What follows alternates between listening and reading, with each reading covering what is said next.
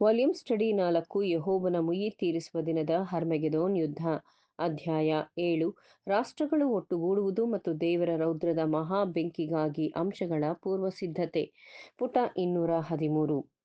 ನಮ್ಮ ನಾಗರಿಕತೆಯ ದೊಡ್ಡ ಕಲೆಗಳ ಉತ್ಪನ್ನಗಳು ಭೂಮಿಯ ಮೇಲೆ ಮತ್ತು ಸಮುದ್ರದ ಮೇಲೆ ಕಡಿಮೆ ದರದ ಮತ್ತು ವೇಗದ ಸಾರಿಗೆ, ಮುದ್ರಣ, ಶಾಂತಿಯ ಮತ್ತು ಯುದ್ಧದ ಸಲಕರಣೆಗಳು, ಎಲ್ಲ ವಿಷಯದ ಜ್ಞಾನವನ್ನು ಸ್ವಾಧೀನಪಡಿಸಿಕೊಳ್ಳುವಿಕೆ ಇವೆಲ್ಲವುಗಳನ್ನು ಸಾಧ್ಯವಾಗುವಂತೆ ಹೊಂದಿಕೊಳ್ಳುವಂತೆ ಮಾಡಿರುವುದು ಎಲ್ಲವೂ ವಿಧೇಯ ಗುಲಾಮನಿಂದಾಯಿತು.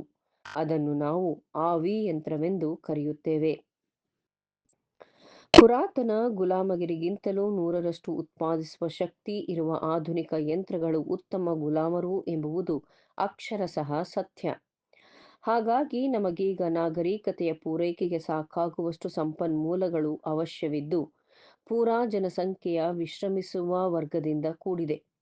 ಅಥೇನದ ಮುಕ್ತ ಪ್ರಜೆಯನ್ನು ಕುರಿತಂತೆ, ಆ ವರ್ಗದವರು ವಾಸ್ತವವಾಗಿ ತಮ್ಮ ಸಮಯವನ್ನು ನಿರಾಸಕ್ತ ಭೋಗವಿಲಾಸದಲ್ಲಿ ಕಳೆಯುವಂತೆ ಮುಕ್ತರಲ್ಲದಿದ್ದರೂ, ಕಠಿಣವಾದ ನೀರಸ ಕೆಲಸ ಮತ್ತು ತನ್ನನ್ನು ದೈಹಿಕ ಶ್ರಮದಿಂದ ಮುಕ್ತರಾಗಿಸಿಕೊಂಡು ಆರಾಮವಾಗಿ ನಿರಂತರ ಒಳ್ಳೆಯ ಆರೋಗ್ಯ, ಮಾನಸಿಕ ತರಬೇತಿ ಮತ್ತು ಸಾಕಷ್ಟು ಮನೋರಂಜನೆಯಲ್ಲಿ ಕಳೆಯುವರು.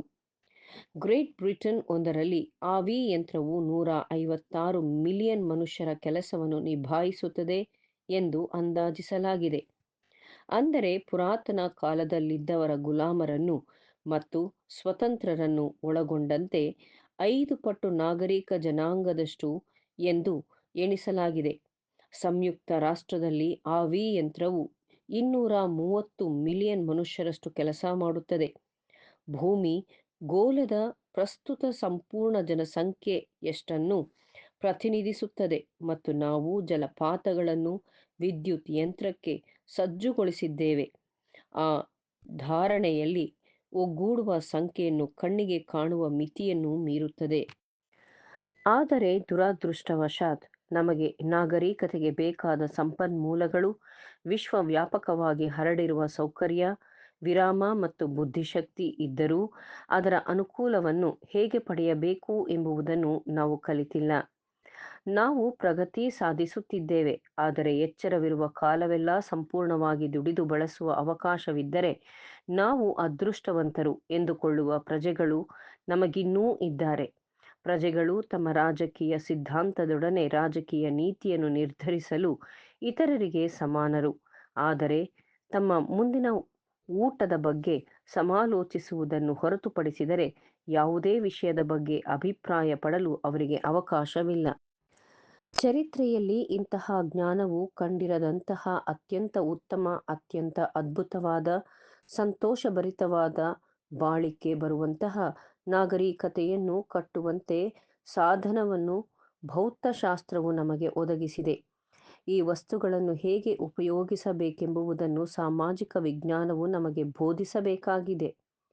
ಈ ವರ್ಗದಲ್ಲಿ ಪ್ರತಿಯೊಂದು ಆವಿಷ್ಕಾರವೂ ಅದು ಜಯ ಹೊಂದಲಿ ಅಥವಾ ಅಪಜಯ ಹೊಂದಲಿ ಮೌಲ್ಯವುಳ್ಳದ್ದೇ ಆಗಿದೆ. ರಾಸಾಯನಿಕ ಶಾಸ್ತ್ರದಲ್ಲಿ ಸಾವಿರಾರು ನಿಷ್ಫಲವಾದ ಆವಿಷ್ಕಾರಗಳು ಪ್ರತಿ ಅನ್ವೇಷಣೆಯಲ್ಲಿದೆ. ಕಾಹ್ವೆ ಮತ್ತು ಅಲ್ಟ್ರೂರಿಯಾ ವಿಫಲರಾದರೆ, ಹಾಗಿದ್ದರೂ ನಾವು ಅಪ್ರಗತಿಯ ಕ್ರಮದಲ್ಲಿ ಮುಳುಗಿದ ಬಂಡೆಯನ್ನು ಗುರುತಿಸುವಲ್ಲಿ ಸಹಾಯವಾದ ಅವರ ಯೋಜನೆಯ ಕಾರ್ಯತಂತ್ರಕ್ಕೆ ಕೃತಜ್ಞತೆ ಸಲ್ಲಿಸುತ್ತೇವೆ.